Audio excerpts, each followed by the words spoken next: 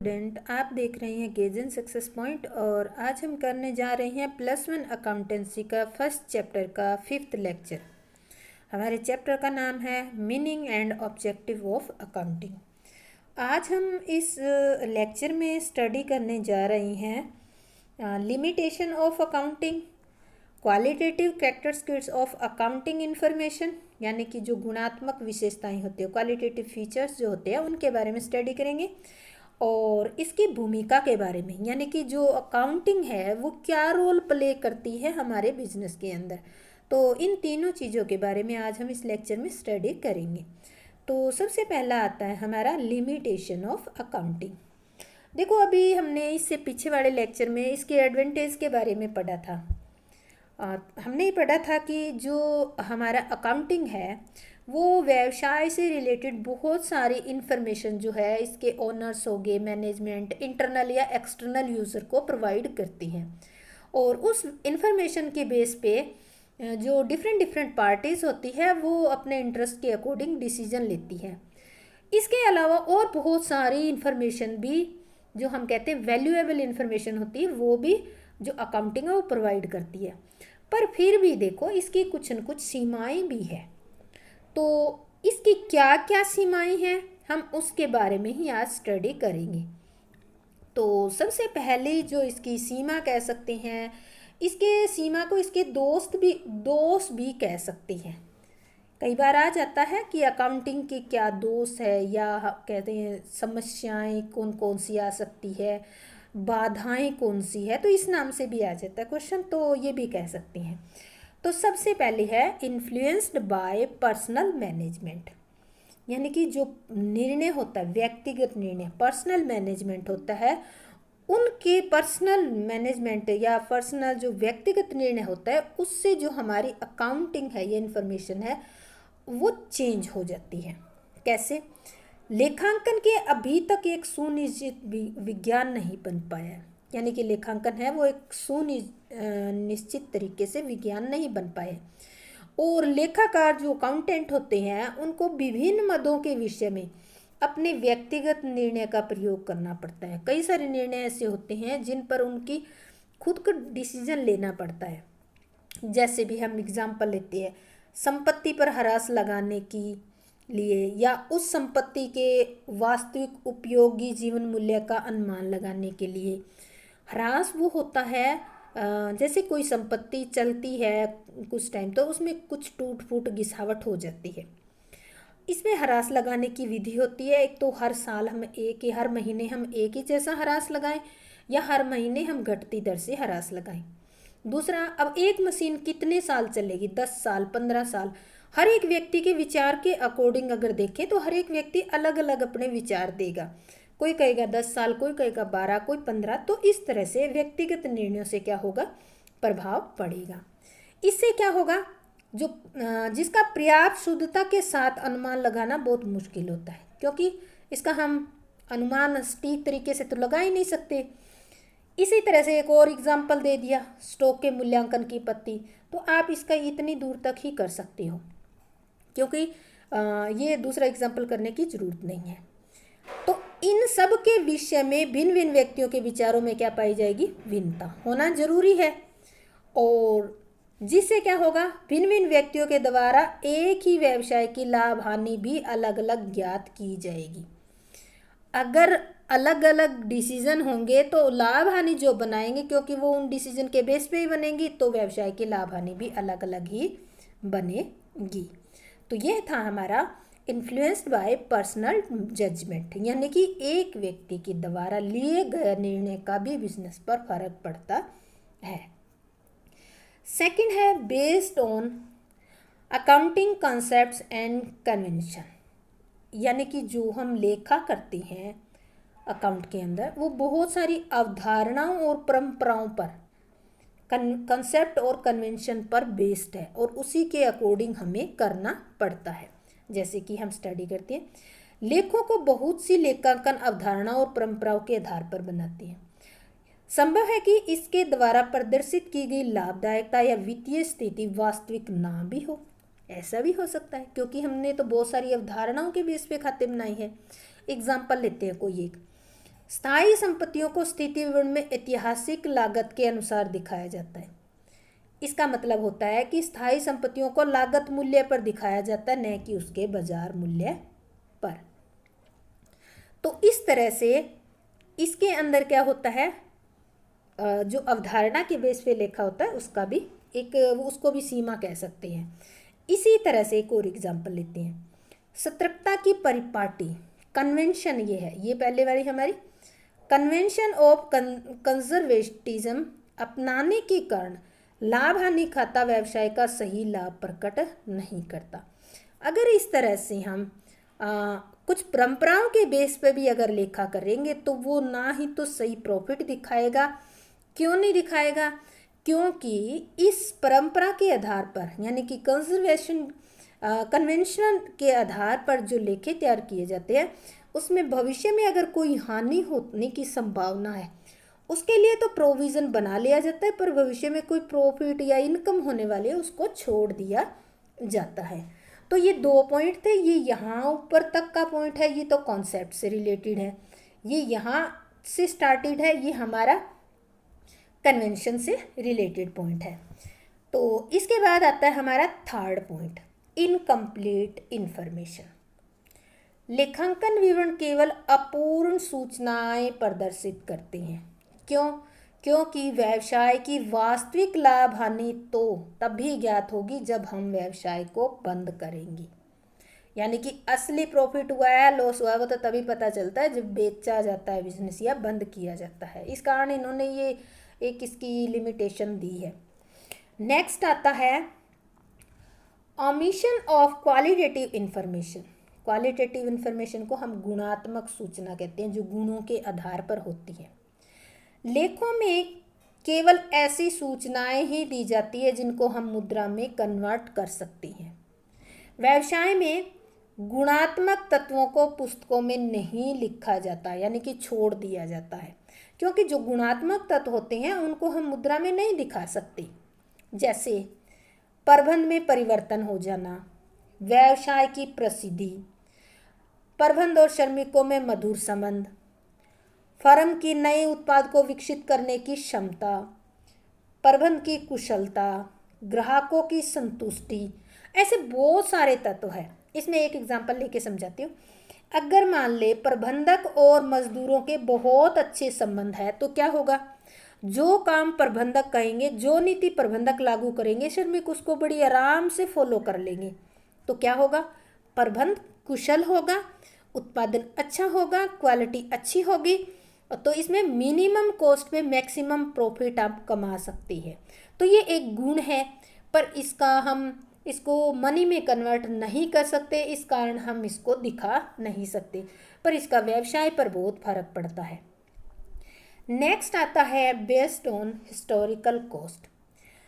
लेखों को ऐतिहासिक लागतों के आधार पर तैयार किया जाता है। वित्तीय विवरणों में दिए गए आंकड़े मूल्य स्तर में हुए परिवर्तन के प्रभाव को नहीं दिखाते।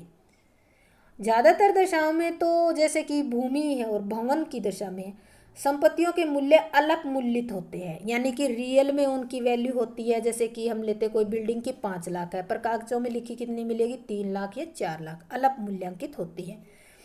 इस परंपरा का यह प्रभाव होता है कि स्थिति में दिखाए गए संपत्तियों के मूल्य व्यवसाय की सही स्थिति का अनुमान लगाने में सहायक नहीं हो पाते। अगला है हमारा affected by window dressing. Window dressing क्या होता है, जो झूठा दिखावा करना उसको कहते हैं। झूठे दिखावों का अर्थ है कि लेखों में हेरा फेरी कर देना, जिसे कि वित्तीय जो विवरण है वो वास्तविक स्थिति की अपेक्षा अधिक अनुकूल स्थिति को प्रकट करे। जैसे साल के अंत में हमने माल क्रय किया था पर उनको लिखा नहीं, या फिर हमने स्टॉक को बढ़ा चढ़ाकर दिखा दिया है। तो इस तरह से क्या होगा, वित्तीय विवरणों के आधार पर सही निर्णय नहीं लिए जा सकेंगे। झूठे दिखावे के अंदर ये भी दिखा दिया जाता है कि प्रॉफिट को ज़्यादा करके भी दिखाया जा सकता है। तो इस तरह से विंडो ड्रेसिंग का प्रभाव बिजनेस पर पड़ता है। इसके बाद आता है, ये थोड़ा लाइट है, अनसुटेबल फॉर फोरकास्टिंग, यानी कि भविष्य के अनुमानों के लिए ये ठीक नहीं है। वित्तीय लेखे जो है भूतकाल की घटनाओं का लेखा जोखा मात्र ही बताया है, क्योंकि सारी की सारी जब फाइनल अकाउंट बनाते हैं तो जो पुराने पूरे साल हमने जो रिकॉर्डिंग की है उसी के बेस पे तो बनाया जाएगा। इस कारण इन्होंने कहा कि भूतकाल की घटनाओं का लेखा जोखा है। वस्तु की मांग, फर्म के द्वारा कौन सी नीति अपनाई गई, प्रतिस्पर्धा की स्थिति, इन सब में लगातार क्या होता रहता है, परिवर्तन होता रहता है। और संभव है कि भूतकाल की घटनाओं के आधार पर किया गया वित्तीय विश्लेषण भविष्य के अनुमान लगाने में ज़्यादा उपयोगी सिद्ध ना भी हो, क्योंकि भूतकाल की परिस्थिति कुछ अलग रही होगी, भविष्य की परिस्थिति कुछ अलग रहने की संभावना हो सकती है। इस कारण ये कहते हैं कि ये जो है फोरकास्टिंग के लिए सुटेबल नहीं है। तो ये थी हमारी लिमिटेशन। इसके बाद हम पढ़ते हैं क्वालिटेटिव कैरेक्टरिस्टिक्स या एट्रीब्यूट ऑफ अकाउंटिंग इंफॉर्मेशन। तो ये दो तरह से क्वेश्चन आ जाता है, एक तो क्वालिटेटिव कैरेक्टरिस्टिक्स के नाम से और एक आता है एट्रीब्यूट्स ऑफ अकाउंटिंग इंफॉर्मेशन। तो ये क्या होते हैं, इनके बारे में हम डिटेल से पढ़ेंगे। तो सबसे पहला जो है आता है हमारा रिलायबिलिटी, विश्वसनीयता। रिलायबिलिटी ये क्या होती है कि जो भी हमारी लेखांकन सूचनाएं हैं वो क्या होनी चाहिए, विश्वसनीय, ऐसी होनी चाहिए जिन पर विश्वास किया जा सके। विश्वास किया जा सके इसका अर्थ है कि सूचना तथ्यों पर आधारित होनी चाहिए, ऐसी होनी चाहिए जो जांच करने योग्य हो, जिसकी जांच की जा सके। लेखांकन सूचना उस समय जांच हो सकने योग्य मानी जाती है जब ऐसी सूचना मूल प्रलेखों द्वारा प्रमाणित की जा सके।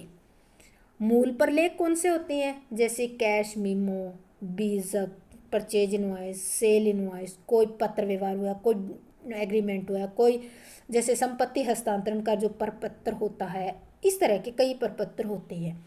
जैसे एक एग्जांपल लेते हैं कि हमने एक भूमि खरीदी है 1 एकड़, तो उसके हमारे पास क्या आएंगे, संपत्ति हस्तांतरण के कागज होने चाहिए। अगर कोई दूसरा आके कह दे नहीं ये तो मेरी भूमि है, मेरा अधिकार है, तो हम क्या कर सकते हैं, उसको वो जो संपत्ति हस्तांतरण ट्रांसफर का जो रजिस्ट्री का कागज है वो दिखाकर हम उसको कह सकते हैं कि हाँ ये देखो हमारे पास ये प्रूफ है कि ये हमारी है, और उसको कोर्ट में एज ए प्रूफ के तौर पर भी हम पेश कर सकते हैं। इस कारण इन्होंने कहा है कि विश्वसनीय होनी चाहिए, और विश्वसनीयता के लिए क्या होना चाहिए, जो भी आपकी जो ट्रांजैक्शन है उसको वेरीफाई करने के लिए कोई न कोई प्रूफ होने चाहिए, और इन प्रमाणिकता से ही लेन देनों की सत्यता सिद्ध होती है। यह ऐसे ऐसे जो प्रमाण है इससे ही सत्य सिद्ध होती है कि हाँ ये ट्रांजैक्शन सही है गलत है।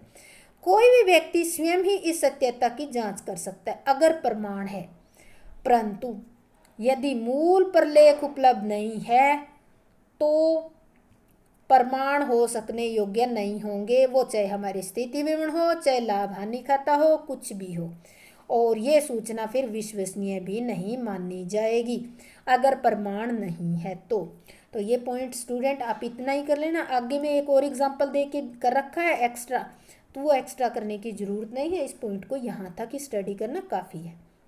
नेक्स्ट पॉइंट लेते हैं। नेक्स्ट आता है अनुरूपता। देखो इसके नाम में अनुरूप, रेलिवेंस, इसके नाम से ही हमें पता चल जाता है कुछ। वित्तीय विवरणों के द्वारा जो भी सूचनाएं प्रकाशित की जाती है वो संस्था के उद्देश्यों के अकॉर्डिंग होनी चाहिए, यानी कि उद्देश्यों के अनुसार होनी चाहिए। अनावश्यक और अनुपयुक्त सूचनाएं वित्तीय विवरणों में शामिल नहीं की जानी चाहिए, क्योंकि जो अनावश्यक होगी या अनुपयुक्त सूचनाएं होगी वो हमारे बिजनेस के अनुरूप नहीं होगी, अनुसार नहीं होगी, इसलिए उनको इंक्लूड ही नहीं करना चाहिए। अनुरूप सूचना उसे कहते हैं जिसमें निर्णयों में अंतर लाने की क्षमता हो, जो प्रबंधकों, विनियोक्ताओं, लेनदारों, लेखांकन सूचना को प्रयोग करने वाले अन्य पक्षकारों को निर्णय लेने में सहायता करती हो, उसको माना जाता है। कोई एक एग्जाम्पल के द्वारा भी समझ सकती है। किसी कंपनी के द्वारा पिछले वर्षों में दिए गए लाभांश की दर विनियोक्ताओं के लिए एक अनुरूप सूचना है। लाभांश वो होता है जो लाभ का हिस्सा साझेदारों में छोट छोट करके बांटा जाता है। यानी कि लाभ का एक शेयर जो बांटा जाता है उसको लाभांश कहते हैं। पिछले वर्ष जो लाभांश दिया है, जिस रेट से दिया जाता है, वो क्या होगा, विनियोक्ताओं के लिए एक अनुरूप सूचना है, क्योंकि ये भविष्य के लाभांश का पूर्ण अनुमान लगाने के लिए आधार प्रदान करेंगे। अब विनियोक्ता इसे ये अनुमान लगा लेंगे कि पिछले साल अगर 5% की रेट से या 5 पर शेयर अगर डिविडेंड लाभांश मिला है, तो इस बार प्रॉफिट ज़्यादा हुआ है तो शायद 7 रुपये पर शेयर मिले या 8। तो इस तरह से कुछ अनुमान लगाने में सहायता कर सकते हैं। इसी तरह से स्थिति विवरण जो बैलेंस शीट होता है उसमें डेटर्स को लिखते समय भी देनदारों की कुल राशि एक अनुरूप सूचना है, ना कि देनदारों की संख्या कितनी हो, हमें देनदारों की टोटल अमाउंट से मतलब है। तो इस तरह से सूचना कैसी होनी चाहिए, रेलिवेंस होनी चाहिए। ये बहुत सारा दिया हुआ है, आगे आपको नहीं करना क्योंकि कई एग्जाम्पल दे रखे हैं, तो आपको मैं एक एक ही एग्जाम्पल दे के इसमें करवाऊंगी।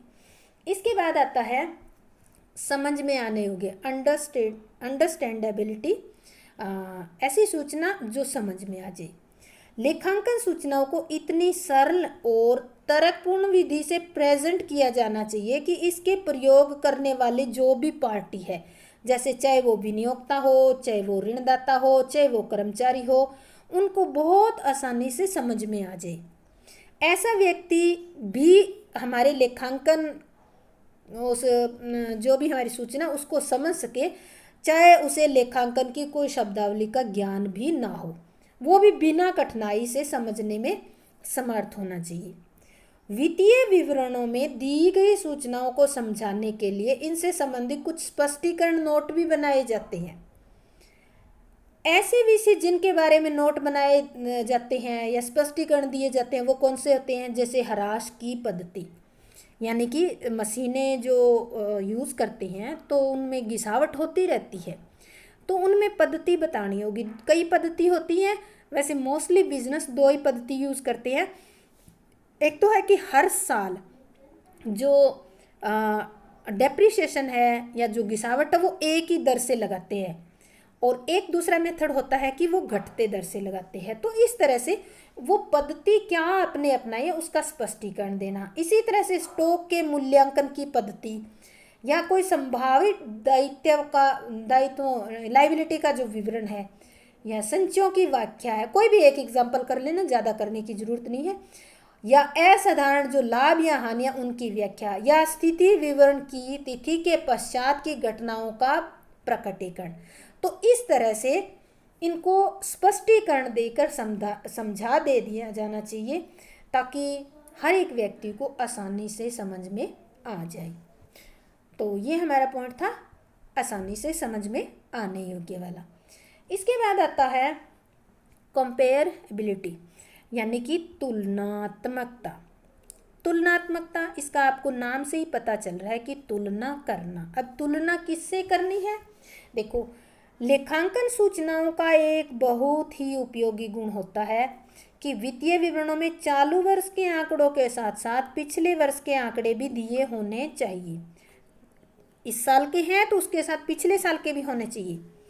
इससे क्या होगा, चालू परिणामों की पिछले परिणामों से तुलना की जा सके, और इस प्रकार जो वित्तीय विवरण है इस प्रकार से बनाए जाने चाहिए कि संस्था की लाभप्रदता और वित्तीय स्थिति की तुलना इसी प्रकार की अन्य संस्थाओं से की जा सके।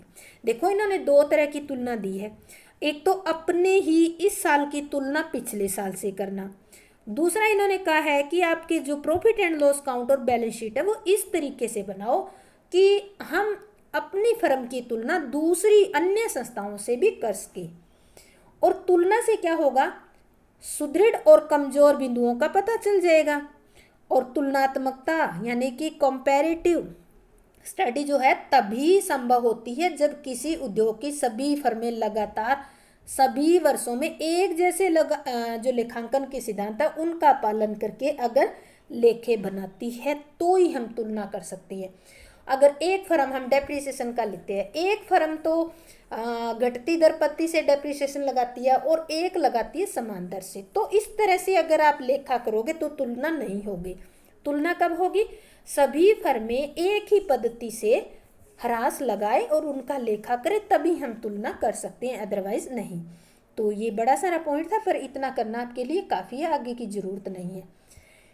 इसके बाद आता है हमारा नेक्स्ट पॉइंट है फेथफुल प्रेजेंटेशन। वित्तीय विवरणों को संस्था की लाभदायकता, वित्तीय स्थिति, नगद प्रवाहों का सच्चा और सही चित्र प्रस्तुत करना चाहिए। उचित लेखांकन प्रमापों का पालन करने के परिणाम स्वरूप ही वित्तीय विवरण सच्चा और सही चित्र प्रस्तुत कर सकते हैं। देखो, फेथफुल तभी होगा जब आप पूर्ण लेखे करोगे, नियमों के अनुसार करोगे, तभी जाकर वो सच्चा चित्र आपको प्रस्तुत करेंगे। इसके अलावा कुछ और गुण भी है, जैसे ये लेखे उचित समय पर भी तैयार होने चाहिए, उचित समय पर डिफरेंट पार्टी को कम्युनिकेट कर देने चाहिए, निष्पक्ष होने चाहिए, पार्शियलिटी नहीं होनी चाहिए इनमें, और पूर्ण होने चाहिए, यानी कि आधे अधूरे आंकड़े नहीं होने चाहिए, पूर्ण आंकड़े होने चाहिए, तभी हम मानेंगे कि हाँ इनमें ये गुण है। तो इस तरह से ये हमारा टॉपिक कंप्लीट। नेक्स्ट आता है हमारा role of accounting. Role of accounting, जो अकाउंटिंग है वो हमारे बिजनेस में क्या रोल अदा करती है। देखो, अगर आज का टाइम हम देखें तो व्यावसायिक वातावरण और जो समाज की ज़रूरतें उनमें बहुत परिवर्तन होता रहता है, और इन परिवर्तनों के अनुसार लेखांकन की भूमिका में भी बहुत सारे परिवर्तन हो रहे हैं। सदियों तक लेखांकन की भूमिका केवल वित्तीय लेन देनों के लेखांकन करने तक ही सीमित रही है, पर आज के तेजी से परिवर्तन हो रहे व्यावसायिक वातावरण में लेखांकन की भूमिका भी परिवर्तित हो गई है। परिवर्तित होकर देखो इसने क्या रूप धारण कर लिया है, या इसमें परिवर्तन के पॉइंट्स कौन कौन से हो सकते हैं। पहला है रोल ऑफ ए लैंग्वेज। लेखांकन को व्यवसाय की भाषा के रूप में देखा जाता है, कहा भी जाता है लैंग्वेज ऑफ बिजनेस लेखांकन को, क्योंकि इसमें उन रिपोर्ट और विवरणों को तैयार किया जाता है जो व्यावसायिक संस्था के बारे में हमें कंप्लीट सूचना देती है। दूसरा, रोल ऑफ हिस्टोरिकल रिकॉर्ड। लेखे जितने भी तैयार किए जाते हैं तो इन सभी वित्तीय लेन देनों को तिथिवार और निश्चित नियमों के अनुसार लेखा पुस्तकों में किया जाता है। तो ये आए के दिन में तो किए नहीं जाते, ये पुराने जो बीते दिन होते हैं, या हम कहते हैं कि हमारा साल हम खाते बनाते हैं 31 मार्च को, और 1 अप्रैल से 31 मार्च तक के जो भी डाटा है वो उसमें रिकॉर्ड किए जाते हैं। तो 31 मार्च के दिन हम खाते बनाएंगे तो वो सारे क्या होंगे, हिस्टोरिकल डाटा ही हमारे पास होंगे जो भूतकाल में लिखे गए हैं। नेक्स्ट आता है हमारा role of determining the net profit. इससे क्या होगा, किसी व्यावसायिक संस्था के सही लाभ और हानि को निर्धारित करने के रूप में भी देख सकते हैं। For the role of determining the financial position, इसे स्थिति विवरण तैयार करके व्यवसायी संस्था की वित्तीय स्थिति प्रदर्शित करने के रूप में भी देखा जाता है। रोल ऑफ इंफॉर्मेशन सिस्टम, लेखांकन को अब सूचना प्रणाली के रूप में भी देखा जाने लगा है, क्योंकि अब ये ऐसी सूचनाएं प्रदान करने में सक्षम है जो प्रबंधकों और व्यवसाय में हित रखने वाले पक्षों तक कम्युनिकेट की जाती है, और वो इसके बेस पर महत्वपूर्ण निर्णय लेते हैं। सेवा प्रदान करने के रूप में रोल ऑफ सर्विस प्रोवाइडर, लेखांकन को सेवा कार्य भी माना जाता है, क्योंकि ये ऐसी वित्तीय सूचनाएं प्रदान करता है जो इसके उपयोगकर्ताओं को कई प्रकार से सहायता देता है, या वो इसके उपयोगकर्ता जो होते हैं वो इस इंफॉर्मेशन को यूज़ करके अपने बहुत सारे डिसीजन लेते हैं। तो स्टूडेंट, आज हमारा ये फर्स्ट चैप्टर जो है ये कंप्लीट हो गया है। इसके क्वेश्चन आगे हैं, वो PDF भेज दूँगी, उसमें से देख के कर लेना। तो अगर आपको ये अच्छा लगा है तो लाइक, शेयर और सब्सक्राइब जरूर करना। जय हिंद, जय भारत।